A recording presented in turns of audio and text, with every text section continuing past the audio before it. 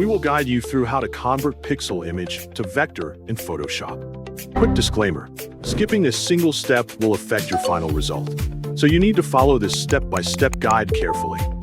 If this guide helpful, don't forget to like and subscribe. First, don't forget to comment if you still need our help or want to ask something, and we will reach you as soon as possible. Second, open Adobe Photoshop and open the pixel image or project you want to convert into a vector style shape.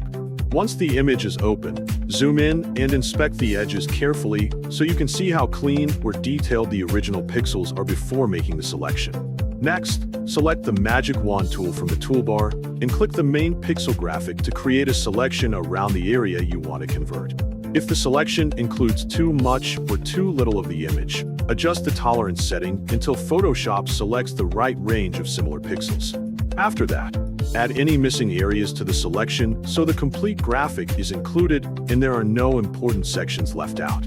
When the selection is ready, open the Paths panel to work with a path based on the selected pixels.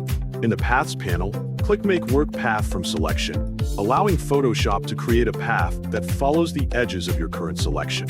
Check the path that Photoshop creates and make sure it follows the main shape without unnecessary points or unwanted areas.